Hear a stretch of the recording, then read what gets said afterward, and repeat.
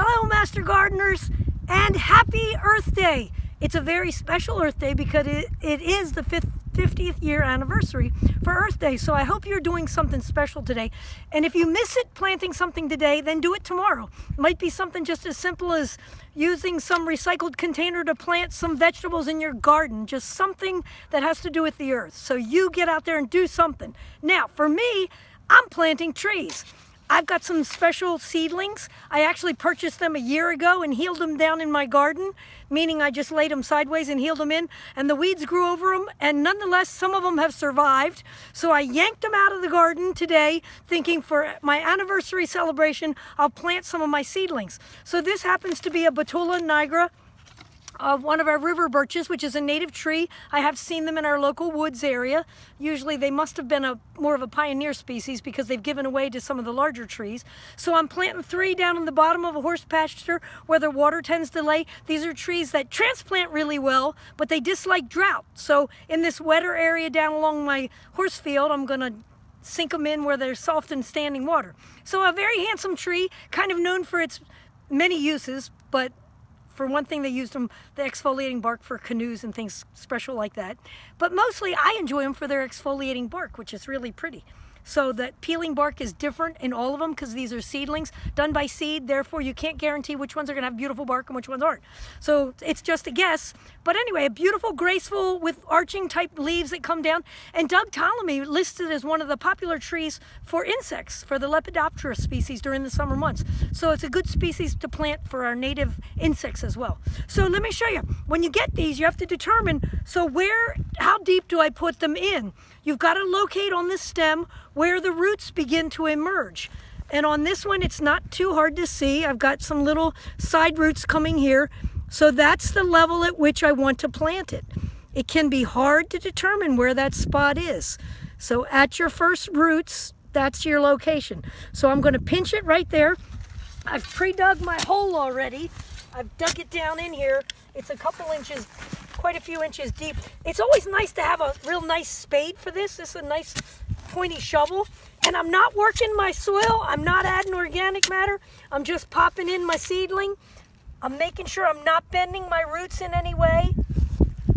So I'm getting it down in there straight. I got my fingers at the area where I knew I wanted my roots. And I'm just going to push it in and firm it lightly around it. Firm it in. Actually, I'd like to add some water right now. Excuse me while I step across here. I'm going to water him in. It always helps to do that while there's still a hole down in there so the water can fall down in. And then I'm going to add the rest of my soil up on top.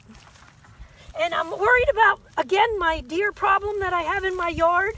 You know, if you're using sod pieces, sometimes if you just turn them upside down, that can be sufficient enough to kill some of them. So turn them wrong side up will help, and then rake the rest of it in here. And I'm firming it.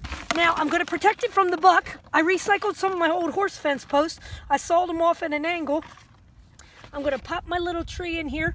Usually you do this when the tree is still in its dormant state, but they've already started to sprout. All the more reason why I wanted to get them in the ground. So I put my stake down. This is an old tree tube that I got from our 4-H camp where we had a bunch of trees and then they discarded them. So I went and dug them up. I actually cut them in half with my scissors. So I'm recycling them and my recycled fence post. And these are zip ties that are adjustable. I'm going to hammer my post in. This is as much to keep the bucks off as also to protect it while I'm weed whacking around the area. Protect it from my horses feeding on it and nibbling on it. After I'm finished that, I'm going to mulch it real good to try to discourage competitive weeds. And that's the gist of how you plant a little seedling tree. The most critical part is knowing how deep to plant it. So, where is the top? I got a little top. Sometimes the bluebirds get stuck. Did you know that? Sometimes bluebirds can fall in here and get stuck and die. So on the top of it, I've got a little net. Hold on, I'll be right back. Where'd I put it? Here it is. I put a little, now this is a recycle too because this is just an onion it had onions or citrus in it in my kitchen. So I put that on top to keep the little birds from falling in it and getting trapped. But there's my little river birch all planted. I'm going to put 3 along my horse pasture. I want you to get outside, celebrate the 50th anniversary for Earth Day. Get out and do something with plants. See you soon.